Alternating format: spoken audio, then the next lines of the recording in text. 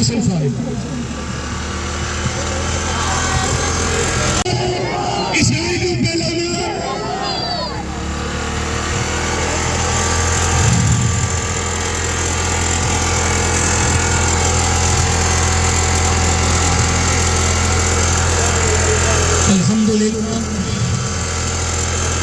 الحمد للہ وکفا وسلام علی عباده الذین اصطفى.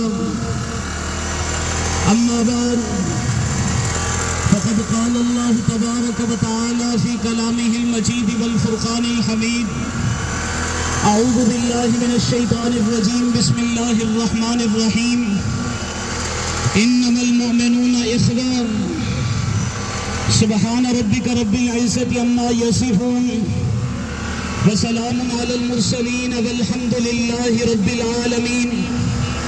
سامعین ذی وقار، گرامی قدر میرے دوستوں، بزرگوں اور ساتھیوں، آج کا یہ اجتماع یہ اہل غزہ کی آواز ہے. آج کا یہ اجتماع یہ مسلمانوں کی آواز ہے.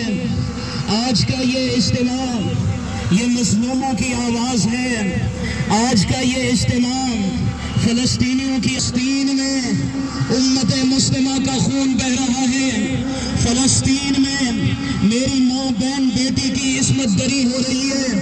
فلسطین میں بغیر سر کے لاشیں دفن ہو رہے ہیں. غزہ مٹ رہا ہے، رفح مٹ رہا ہے. اسرائیل کے ہاتھ القدس تلک پہنچ رہے ہیں. گریٹر اسرائیل کا بدنام منصوبہ آگے بڑھنا چاہتا ہے. وہ غزہ کے بعد بیت المقدس کے بعد وہ اردن تلک پہنچنا چاہتا ہے.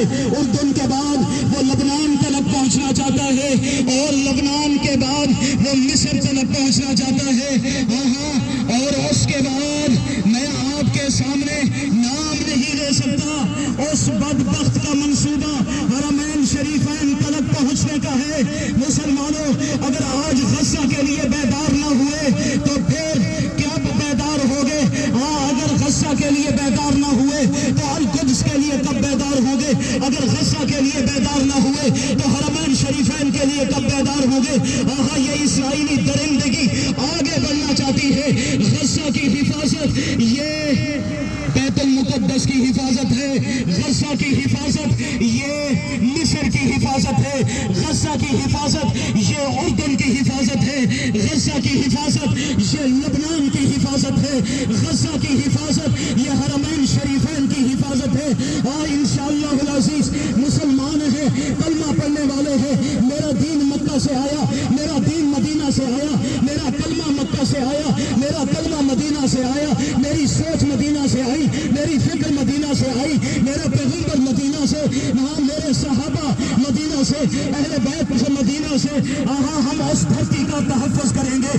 اور یاد رکھو، آج غزہ کا جو دفاع ہے یہ مدینے کا دفاع ہے. آج جو غزہ کا دفاع ہے یہ مکہ مکرمہ کا دفاع ہے، اور انشاءاللہ یہ دفاع کرتے رہیں گے. مسلمانوں، یہاں میرے میڈیا کے دوست موجود ہیں. میں ایک اہم بات کرنا چاہتا ہوں.